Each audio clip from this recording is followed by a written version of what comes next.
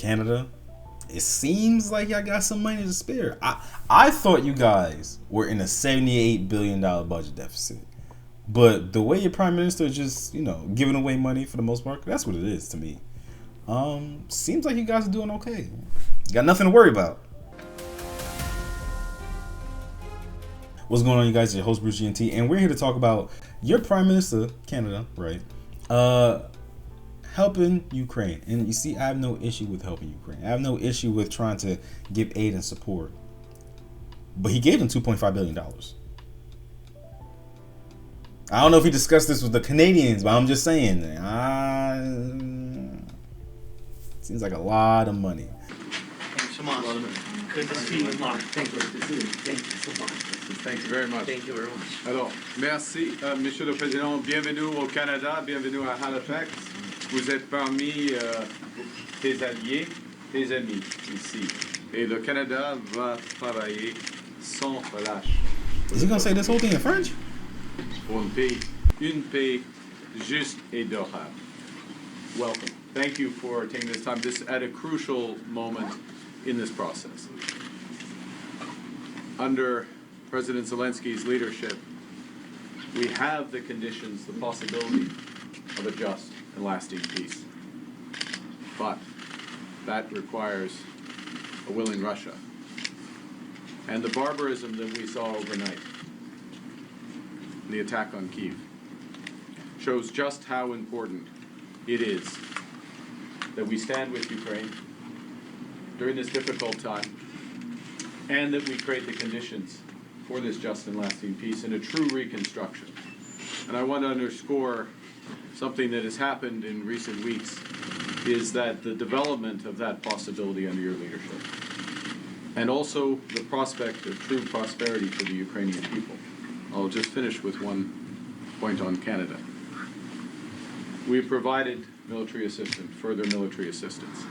We're announcing today further economic assistance for Ukraine, $2.5 billion worth of economic assistance that helps unlock financing from the IMF, from the World Bank, from the European Bank for Reconstruction. A few things I've noticed. One, you see how Zelensky came in with a smile on his face and everything like that? Look, the reason why he came in with a smile all happy and giddy, can't blame him, is because he already knows that Canada is going to continuously pledge more and more money the longer this war goes on.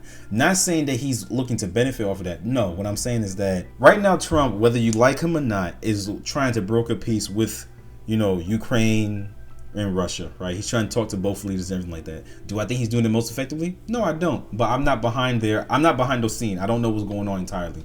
From my outside point of view, I think it could be done a bit better. Be that as it may, it's not going to lead to any manageable ground. And what I mean by that is, for the past it might be 4 years now, countries have been giving money to Ukraine to help them, billions upon billions upon billions of dollars. And yet they're still at a standstill. Because a lot of people have a lot of commentary about it and say, well, Canada is really trying to help. What Trump is doing is not helping. It's like, better him trying to talk to them and broker peace and no longer give them money, as opposed to just continuously giving them money and then not sitting down talking to anyone. Because, correct me if I'm wrong, it wasn't Canada that was able to get both sides together and talk. Whether or not the ceasefire or the talks have yielded any tangible or good results, they're still in there talking. You know what I'm saying? And if I'm wrong, let me know. But I'm just saying, giving them more money isn't really going to help them end the war. It's just going to keep funding it. The other thing that I've noticed is just like what I said in the beginning. Canada is very, very weird because they're doing a lot of things on the back end, especially when it comes to foreign aid, pulling back foreign aid to fix what's going on in their own backyard. Rightfully so, because I think that's the most important thing to do. You can't fix what's going on over there until you fix what's going on over here. But yet and still they're giving more money to, outside wars for the most part. And I know for the fact that a lot of the Canadian people are upset because they're living their day-to-day lives going, okay, this shit is uncomfortable. I don't have any money. And it seems like our government is just wasting money. Pretty much what a lot of Americans feel in the U.S., right? As it stands right now, Trump is seemingly trying to do his best. Do I think he flew off at the mouth and said he's going to have this shit solved like that? Yeah, I do think so. He should never said that. He should have kept his mouth shut. But he's at least trying. And development. To begin this process of rebuilding, we have an important bilateral meeting and then a meeting virtually with our colleagues from the coalition of the willing, il y aura une réunion bilatérale et puis une réunion de la coalition de volonté et nous sommes maintenant, point final, d'une négociation très importante avec Monsieur le Président Trump qui lui-même a créé des conditions clés pour une paix juste et durable. Alors, thank you again. Thank you so much. Thank you for having us. Dear Mark, Prime Minister, dear journalists, dear Canada, thank you for your support, first of all. And thanks for your the words that you mentioned about this tonight attack. It was really very difficult, hard attack. Russia launched more than 500 drones and dozens of missiles. And thanks for air defense of our partner, but it's not enough. And this attack is again Russia's answer on our peace efforts, and it's really shows that Putin doesn't want peace, and we want peace. And he's the man of war, but he afraid to speak about publicly. But we see the steps, and what we need to stop this war in any way, and we need two things. Pressure on Russia and sufficient strong support for Ukraine.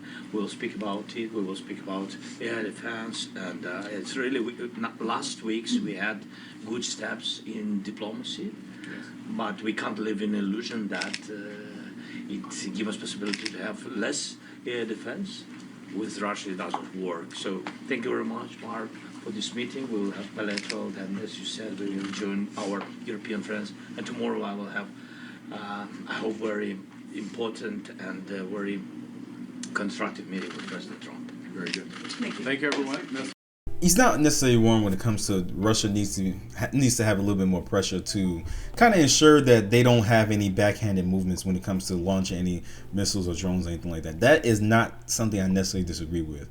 My thing is this: giving money to a country that's currently in war is only going to fund the war. I could be wrong, but I'm not. That's all it's going to do. When it comes to after the fact, right? When it comes to helping them reconstruct and everything like that, I'm all for that. I really don't care. I truly don't care. To be fair, to be 100% honest with you, I thought we should have never had our nose in it in the beginning from jump, because I think it's just kind of odd that you have countries that are across the pond, 3,000 miles away, giving more money than other countries that are like next door neighbors to them. I thought that was kind of weird.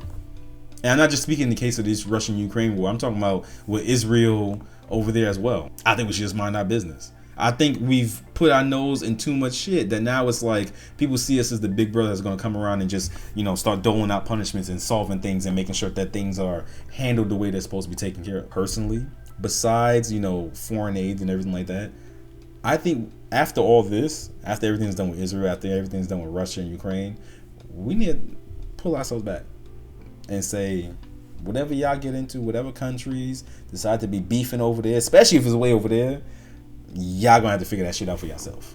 Personally, that's how I see it.